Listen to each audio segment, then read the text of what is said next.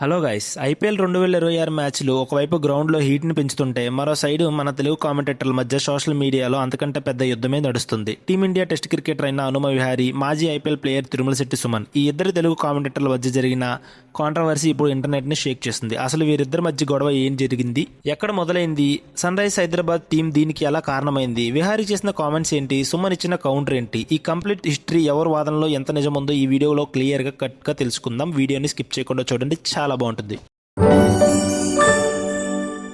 ఇక అసలు మ్యాటర్లోకి వెళ్తే, ఈ సీజన్లో సన్ రైజ్ హైదరాబాద్ ఆడుతున్న హిట్టింగ్ గేమ్ గురించి మనందరికీ తెలిసిందే. అయితే జియో హాట్స్టార్లో తెలుగు కామెంటేటర్గా ఉన్న హనుమ విహారీ ఎస్ఆర్హెచ్ ఆట తీరుపై ఒక అనాలిసిస్ చేశారు. అసలు ఆ అనాలిసిస్లో ఏం చెప్పాడంటే హనుమ విహారీ, సన్ రైజ్ హైదరాబాద్ కేవలం ఫ్లాట్ వికెట్స్ అంటే బ్యాటింగ్కు అనుకూలించే పిచ్చులపై మాత్రమే దూకుడుగా ఆడుతుంది. స్లో పిచ్చెస్ లేదా టర్నింగ్ ట్రాకులపై వాళ్ళు తడబడుతున్నారు అని విహారీ విమర్శించాడు. అంతేకాదు, నాకు ఒక దశలో ఎస్ఆర్హెచ్ ప్లే ఆఫ్కు కూడా వెళ్లదనే రేంజ్లో కొన్ని కామెంట్స్ కూడా వైరల్ అయ్యాయి. ఇది చూసిన ఎస్ఆర్హెచ్ ఫ్యాన్స్ ఊరుకుంటారా? సోషల్ మీడియాలో విహారీపై విపరీతంగా ట్రోలింగ్ మొదలుపెట్టేశారు. నువ్వు ఎస్ఆర్హెచ్కి వ్యతిరేకమంటూ కామెంట్స్ వర్షం కురిపించారు. ఈ ట్రోలింగ్ ఎలా నడుస్తుండగానే ఎంట్రీ ఇచ్చాడు మరో తెలుగు కామెంటేటర్ అయిన మాజీ డెక్కన్ ఛార్జర్స్ ప్లేయర్ తిరుమలశెట్టి సుమన్. సుమన్ తన యూట్యూబ్ ఛానల్ వేదికగా విహారీ చేసిన వ్యాఖ్యలను తీవ్రంగా తప్పుపట్టారు. సుమన్ ఏమన్నారంటే, వరల్డ్ కప్ విన్నర్ అయిన ప్యాట్ కమిన్స్, ట్రావిస్ హెడ్ లాంటి ప్లేయర్లకు పిచ్లపై పూర్తి అవగాహన ఉంది. ఒక్క మ్యాచ్ ఓడినా మా దూకుడు మార్చుకోమని ప్యాట్ కమిన్స్ ముందే చెప్పాడు. కాబట్టి ఆరెంజ్ ఆర్మీకి ఎవరు పాఠాలు అవసరం లేదు అని ఘాటుగా బదిలిచ్చారు.